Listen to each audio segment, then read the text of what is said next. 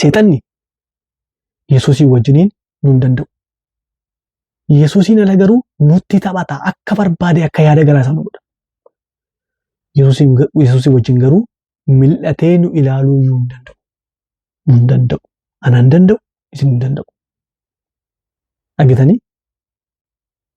Kanaaf anis dhoksaan isinitti himuu barbaadu isa kana. Mataa kee hin kenniin Yesuus mataa keeti.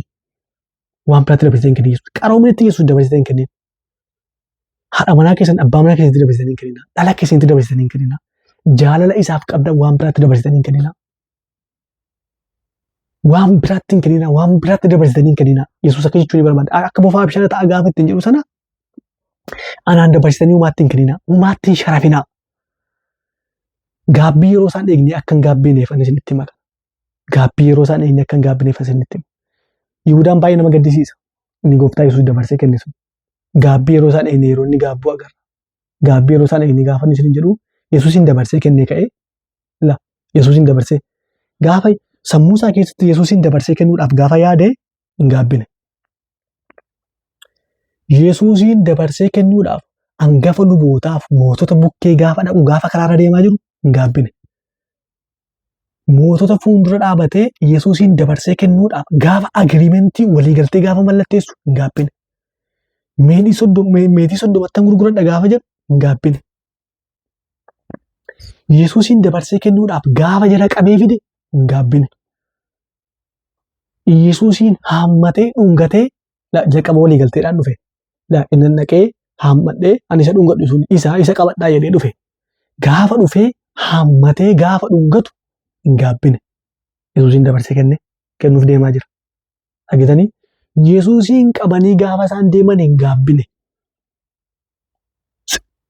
Siruma isaayyuu gammadee meetii isaa soddomman kiisii isaa keessa kaawwate.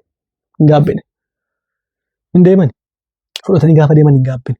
Garafaa gaafa deeman hin gaabbine. Itti gaafa qoosan hin gaabbine. Dhaggeettanii? Yoom gaabba? Gaafa hafaan dhiifamu jedhanii murtiitti murteessan gaafas gaabbe. Gaabbii yeroo isaan eegganne gaabbe. Gaabbiin kun gaabbii yeroo isaa eeggate miti. Already amma utuu maallaqichaan fudhatin utuu gaabbe jiraate gaarii ture. Utuu Yesuusin hin dhungatin utuu gaabbe jiraate gaarii ture. Gaabbii yeroo isaan eegganne gaabbe.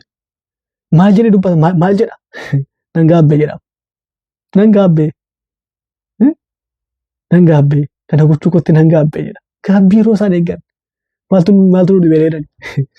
Amma maal godhee warrumatti gurgure bukkee dhaqeetu gaafa murtiin du'aatti gaafa murtaa'u itti gaafa faradamu jira bukkee dhaqeetu akkas jedhee. Nama yakka hin qabne dabarsee kennu kootti nan gaabbee jedhee. Gaafa akka jedhu maaltu nu dhibee jedhanii hangafoonni luboota. Maaltu nu dhibee jedhanii. Gaaf kana gaabbiin yeroo kana gaabbii hiika hin qabnedha. Gaabbii yeroo itti darbedha. Kanaaf tokko isinitti himu. Yesuusin dabarsitanii kennitanii gaabbii hiika hin qabne utuu hin gaabbin utuu yeroo qabnu anii fi isin har'a maal gochuu qabna? Yesuusin kana of keessatti eeguu qabna. Of keessatti eegganna. Yesuus baay'ee nu barbaachisa. Gaafa jireenyi nuti tole nu barbaachisa. Gaafa jireenyi nuti toluu dides nu barbaachisa.